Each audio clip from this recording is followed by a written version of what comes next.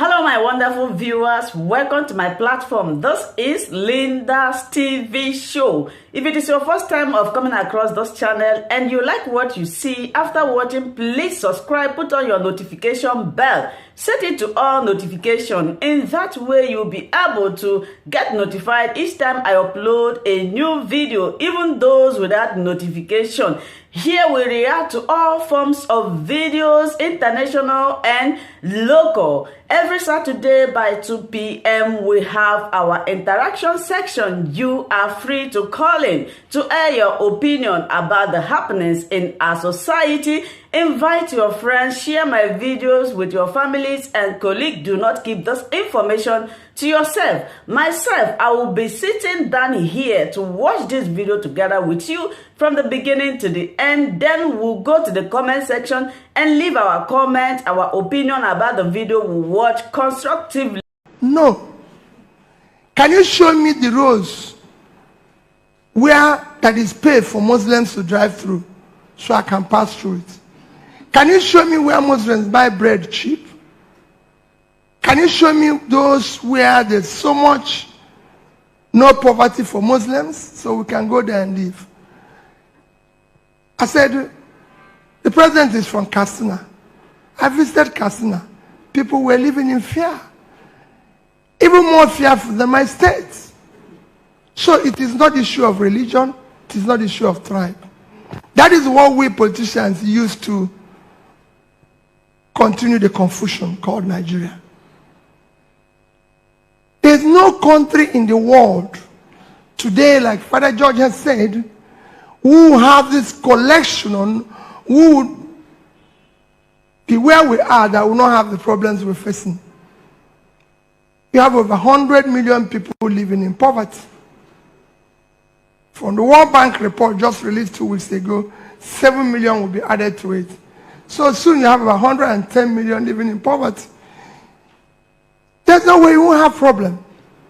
I say it every day, you have more people living in poverty than the 2 biggest countries of the world combined. China and India is 2.8 billion, but you have more people living in poverty than 2 of them combined, and you're just 200. That's no way you won't have crisis. We have the highest unemployment in the world. But you check the population, you have 35% unemployment combined by underemployment, because so many people today, the income they earn cannot do anything for them. So you have underemployment of about 25%. That is 60% underemployment, out of which 70% are your young ones in their productive age doing nothing. We have the highest drug prevalence in the world today, 14.8, when the global average is 5.7. Young men using drugs in this country. You have to have crisis. There's no way you won't have crisis. So that is the crisis you're facing, and it's beginning, because every day is getting worse. Businesses are collapsing, people don't know what to do. So the only thing they do is do something that is wrong. And nobody is doing anything, and your state is not working. Father George has just mentioned about what I was telling him about borrowing. I said, Father, you have reached a crisis situation that your country now borrows about $1 trillion every month to survive. Last year, and I give you in this year, first 5 months of last year, Nigeria borrowed, or debt servicing, total revenue from January to May was $1,847 billion. We used $1,802 to service debts. That is 98%. And we're borrowing more. By our last year budget, we promised that our borrowing will be 30%. We borrowed about 60. This year, our budget is about 18 trillion, out of which we say we're going to borrow only 6 trillion. I can assure you there's no way we can generate more than 6 trillion. So we're going to borrow 12. And you're servicing that. In the next 1 year, we will need to borrow, which is what we're doing today, because 100% of what we earn as revenue will not be enough to service our debts. Because the entire money you borrowed was for consumption. So there's no way it's generating anything. And that is the crisis you face as a nation. In the past 1 year, Nigeria has not put a penny into the sinking fund for payment. Even for the young ones. They don't even know that the bonds we're issuing today are payable in 2045, 50, 55. We'll soon be issuing bonds for 60. We will all be gone by then. It's their problem, and we're not saving anything to pay it. And nobody's caring.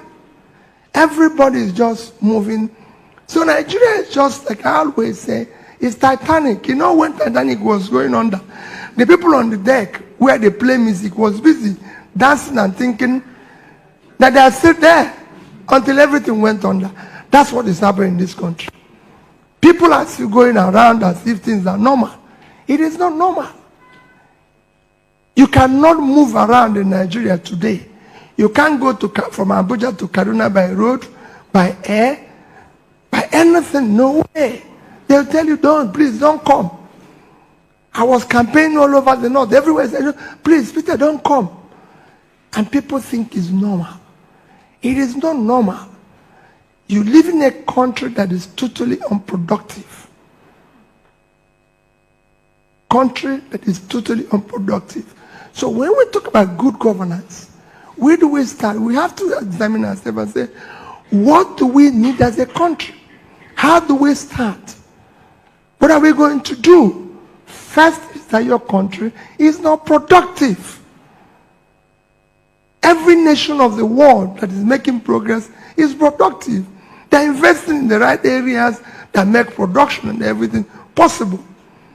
That's what I was telling Father George. I said, Father George, I was invited for this thing, but I didn't have opportunity of reading what the topic is all about. And he said to me, this is the topic. I said, okay, fine. Since you're going to speak before me, maybe from what you say, I will be one of those who will analyze it. Your country is not productive. It is not working. And that is the biggest challenge, because we are all here for consumption. We are here for celebration. All we do is sharing. Nobody cares how we're going to do anything. And I gave him instances. I said, Father, since this is the topic, let me tell you what we need to do very quickly. Here we are. Our total export, including the oil you mentioned, that is soon go. Our total export last year was under $30 billion. A country of 200 million people, $30 billion. It's totally unacceptable. I've been going to countries. Morocco, with 36 million, total export last year is over $50 billion. Vietnam, 100 million, total export $312 billion last year. Vietnam is occupying a total land space, 331,000 square kilometers, with 100 million population. So in terms of land space, they are 1/3 of Nigeria. Nigeria is 923,000 square kilometers. They are 331. They are half of our population, they are 100. And their total export, out of which natural resources is less than 2%. What are they exporting? Manufactured goods. Vietnam is first is electronics. Number 2 is clothing. $32 billion worth of clothing. That's what they exported. Twice what we earn from oil. Number 3 is footwear. 23 billion, and we couldn't more than what we earn from oil. And we have people here who can do all that. Nobody's doing anything. And we're moving. And so are so many other countries doing the same thing. Nigeria is not doing anything. I traveled everywhere in the north. Went to Niger State. Half of Niger State is occupied by terrorists. Call them, because they call them bandits. Half of Niger State. Nothing is working in Niger State. And I asked the people of Niger State, you are sitting on 76.3 square kilometers of land. Fertile land, you can't feed yourself. You can't do anything. That shows how unproductive Nigeria is. Netherlands, with 33,000 square kilometers of land, did export of food item and agricultural item, $125 billion in 1 year. You can't feed yourself. Talk less of talk about export. I went to Taraba. If you go to Taraba and see the Mambila plateau, the sand and everything, the vegetation and all that. And I asked the governor, you can do flour here. I told Father George, my interaction with the governor, you can do flour here. You can do coffee. You can do tea. But they are waiting to share it, to go and collect money. Kenya exported last year over $500 million worth of flowers. I went to the field. I watched young girls and boys picking flowers. They are being paid the least salary, $100. Just picking flowers. I was in Ethiopia. The young men working in tea farms are paid about the same amount. Last year they exported $1.1 billion worth of tea. $1.1 billion. African country. This is no longer Western country. With all the problem in Sri Lanka, their tea export last year was $1.4 billion. So these three items can give $3 billion annually. If Taraba, with 54.4 square kilometers, decides to do it and earn 10%, is $300 million, which is always twice their budget. They're waiting to share from oil. It's an unproductive country. So you must move this country from consumption to production immediately. And we have what it takes to do it. We have the talent, we have the resources. Except, like he said, we have gangsters all over the place. And when I say, people say, so stop using the word. I say, no. Nigeria is a case of, it's not just political class. It's a case of where lunatics took over the asylum. They're running it in a gangstering way. Everybody's guilty of it. All of us here. Like I said, I keep taking my reference to Father George this morning. Say, Father George, I've been a governor. This is the only country that will celebrate criminality. Everybody, including the church. They're not exempted. This is the only country you vote Peter Obi in. Everybody knew he doesn't have a house in Ikoyi. When we voted him in, I was living in Festac when I became governor. So everybody knew where I lived. And suddenly he buys a mighty house in Ikoyi, running into billions. Decorates it, furnishes everything, and buys the church for housewarming. The church comes in, they are praying for him. We see him wherever he got to this thing, they want him to build more. The people, the church people all over the place, waiting to eat and drink, and are praising him. They know where the money came from. It's known to everybody. Because they're saying what the church, the role of the church. They know where the money came from.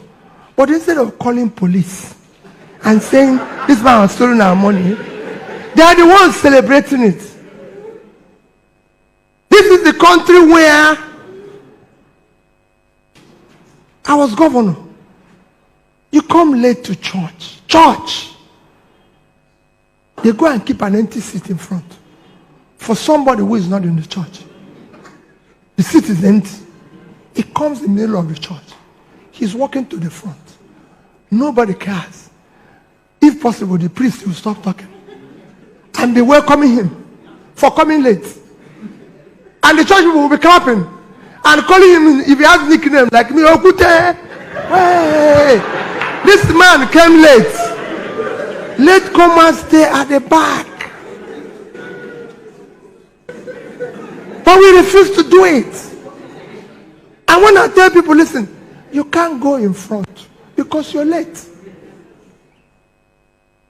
So when Father George said about impunity, it is a place where impunity, rascality, and bad behavior have become a measure of success and power. You can't use it the wrong measure. This man came late. And we know we have young ones growing up who are learning what this man is doing and think that is how to live.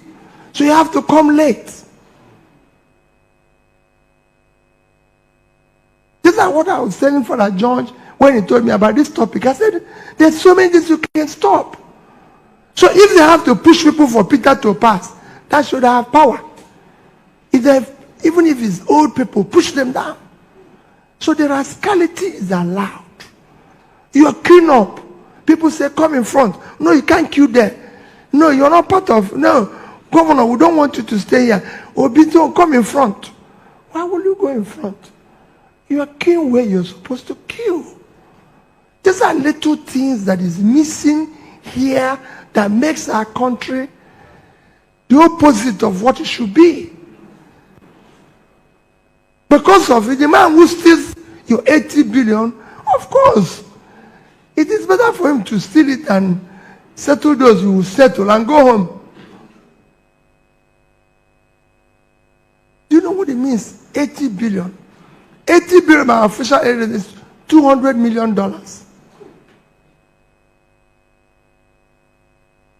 You see people today sharing dollars in Nigeria. All over the place. And nobody's asking the question. In fact, everybody is keen to collect his own. Nobody is saying, this thing we are doing, one of the greatest measures of your economic stability is your currency. Today, Nigeria has been dollarized. And Nigerians are celebrating those we voted into power who have no means of earning dollar. They cannot show us means of earning dollar. If you do that anywhere in the world, they will ask you to show evidence of your dollar earning in the past 5 years, including relevant taxes paid. But it was being shared in public. But we are arresting young boys who have laptop. But we have people who are people who have. We're asking people to pay 100 million naira, 40 million naira to buy form. In a country, Nigerian per capita is 2,000. American per capita is 75,000. Because Nigerian economy, as you know, is $400 billion GDP versus American GDP of 22 trillion. Yet, you cannot pay $2,000 to buy form to contest the election in America. But they are charging you here in Nigeria $200,000 to buy form, to be governor. That's what Father is saying. You're owing lecturers. You're negotiating with bandits. You see governors going to negotiate with bandits. But they are not negotiating with lecturers. And everybody is keeping quiet. Because it's not important. The global average intake admission of higher school intakes is 38%. In the Western world, it's at 8%. Nigeria is 9%. We're not even achieving a quarter of the global average. And that is a problem. Because you don't care for those areas you need to care. Father was talking about my trip to Egypt. I said, Father, we're talking about power. It's so difficult. All of you here, Nigerians, everybody in Nigeria knows the amount that is being generated. Everybody knows about national grid. Everybody knows everything about power. You don't hear it in any other country. You just put on your light and put off. But here, we know everything about the operation. And yet, we don't have the power. This country used to generate in the 60s over 1,000 megawatts of electricity. In the 60s, the first time this country borrowed money was in 1964, when we borrowed money from World Bank, $82 million to build the Kainchi Dam. You need to go and see the letter written by the Prime Minister and the reply of World Bank. That is going to build to generate 760 megawatts of electricity when Nigeria was probably 10% of its population today. Almost 60 years after, we can't generate more than 4,000. The second biggest economy in Africa, South Africa, is generating 54,000. And you can't generate 4. And there's 60 million. The third biggest economy in Africa is generating 58,000, Egypt. I was just showing Father again how I went to Egypt and what happened, why I went to Egypt. I told him that even the next day I had to leave because they were telling me, you stay and meet the president. I said, I didn't come to meet them. I've done what in Egypt, at all time, they must hold 50% excess power to what they need. In Egypt. It's recorded. Total need for power in Egypt is 30,000 megawatts. Total production is 58. But they must hold always 45,000. Always. I went through the system from the plant to the companies that built it to every of the operation and everything that is happening and how it's detailed, how they're watching it and what is happening. And you ask yourself, what is wrong with here? What did we do wrong? You know, is it prayers? Or do we go and hire native doctor? What are we going to do to solve this problem? We have to combine everything to get it right. What are we going to? What is wrong here? What is shocking is that Egypt built their power plant. You can go and Google, for those of you who read, 3 countries of the world built the fastest power plant in the past 5 years. Egypt, Vietnam, and India. That's why I decided to go to Egypt, because they built the fastest one. They were able to double their power in 5 years from 20 megawatts to 50-something thousand. And what did they do? They said they found out in their study that power was one of the causes of, call it revolution, call it riot in 2012-2013. Because small businesses have no power and they collapse. And they joined it. So they decided we must get power. So it became part of national security. And they were doing it. Vietnam have doubled from 36 to 76. That's why they are doing manufacturing. And you ask yourself, what is difficult? I went to the companies that built it. From the companies that talk to the financiers. All of them are willing to do the same thing. And I asked all of the companies, because they're talking to Nigeria. I said, but I thought you were talking to Nigerian government. They told me they'll be having meeting with Nigerian government for the past 3 years. Every time they come is meeting. And they come and go. I'm telling you, this is me now. I'm telling. They said, when they told us you were coming, we just received you because you said you want to know what we're doing. We cannot. They told me that in Egypt, it took them 1 month from beginning of the talk to conclusion of the talk. And the highest person in the land was involved. And his position is, tell me what you need. I don't want to go via any company. I want to deal with direct with you men in Germany. Would you have this? You have this? You have this? Can you get this thing? I'm going to give a sovereign guarantee, no variation, no nothing. 1 month. They said Nigeria is meeting upon meeting, committee upon committee. And each of those committees do what? They collect money, buy house in Ikoyi, and then invite us as church members.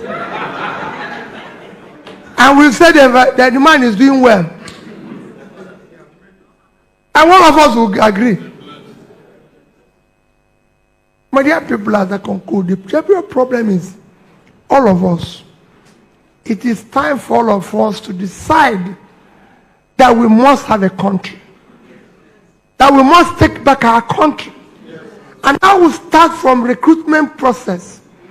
Today, we have people who want to be president.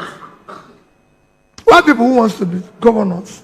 Who wants to be senators. Who wants to be everything.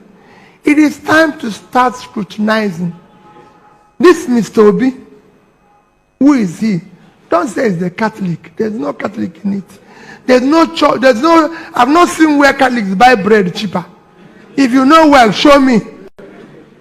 Neither have I seen where Pentecostals buy things cheaper. Buy rice, anything cheaper. So, let's remove church from it. The question is, Mr. Obi, don't look at his tribe. Those who think Peter Obi is contesting because of an Igbo man, an Igbo turn. There's no turn here. The turn here is who will fix this problem. So, it is not his turn. My wonderful viewers, for watching this video together with me from the beginning to the end. Like I said before, if you like what you see here, if you like what I do in this platform, as you have finished watching this video, please hit that red button that says subscribe and put on your notification bell to all notification. In that way, you'll be able to know when I upload a new video. Share my videos, leave your comments in the comment section constructively. Until I meet your way again in my next video, I still remain your Linda's TV show. Bye-bye.